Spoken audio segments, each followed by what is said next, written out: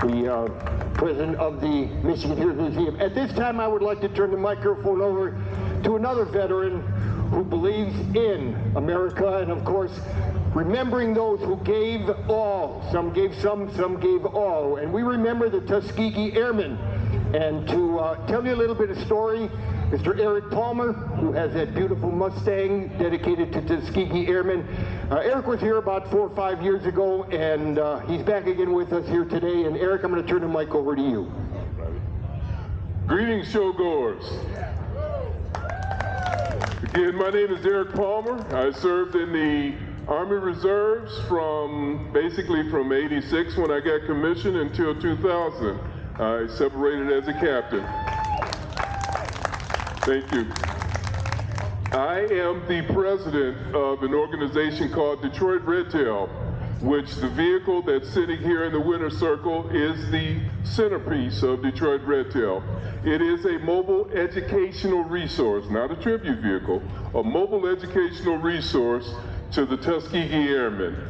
The term Tuskegee Airmen refers to close to 15,000 people that were part of a separate and segregated Army Air Corps.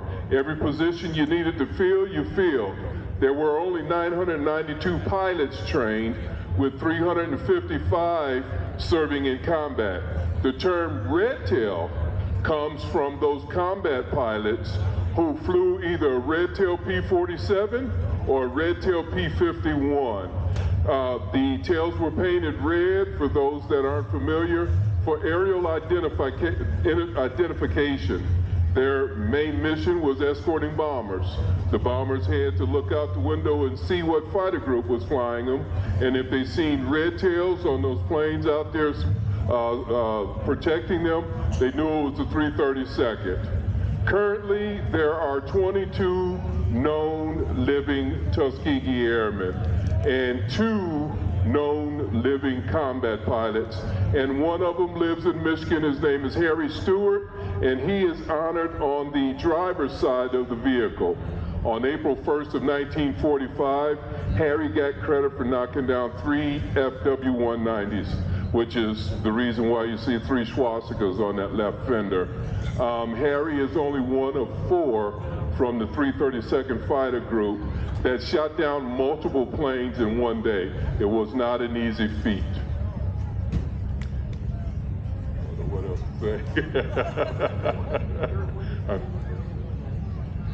Well, the thought of losing bombers, unfortunately, in the 50s, the Pittsburgh Courier wrote an article, and they mentioned that the 332nd was the only fighter group that did not lose any bombers during the war. Since then, Alexander Jefferson, who I actually honor on the passenger side of the vehicle, along with Bill Holloman, 2 combat pilots, and Daniel Hallman, who is an Air Force historian, they actually pulled all of the escort records, and they did find that there were 27 bombers who were escorted by the 332nd that did not return. But on average, they found that all of the other fighter squadrons, on average, there were 47 bombers that did not return. So in reality, yes, your chances of coming back were twice as better with the 332nd, but then also to top that off, the bomber pilots were actually requesting the 332nd. Even before they knew they were black, and even after they found out they were black, the bomber pilots were requesting the 332nd because they knew the 332nd was disciplined and they would stay with the bombers instead of going off, as they called, glory seeking. And their chances of getting back home was a lot greater if they were escorted by the 332nd.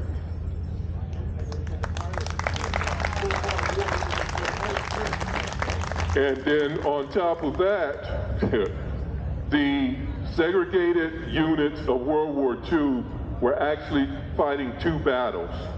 What they called, the Pittsburgh Courier created a campaign called the Double Victory Campaign. Victory over fascism overseas and victory over racism here at home. Unfortunately, they did not win the victory of racism here at home, because even though they served admirably when they came home, Alexander Jefferson specifically found out himself that things had not changed. He was knocked down on his 18th mission, served the balance of the war as a POW. When he came home on the ship in the dock of New York, at the bottom of the gangplank, he tells the story that there was a white soldier there that said whites to the right and Negroes to the left. So that segregation was still there. Unfortunately, there's stories also of soldiers who were lynched in their uniforms. So unfortunately, that battle is still being fought. We're a lot further along than we were, but one thing about the 332nd, the 761st Tank Battalion, who were the original Black Panthers, 92nd Infantry, and other segregated units during the time, all of them performed admirably. And because of their admirable performance, President Truman was highly inspired to execute Executive Order 9981, which started the desegregation of the military. Eric, thank you very much for being here, and we're proud to have your car here and explain to us some of the trials and errors and things people go through. But this country's patriotic, and we're going to stay winners. So. Oh, yeah. All right, thank you. Thank you.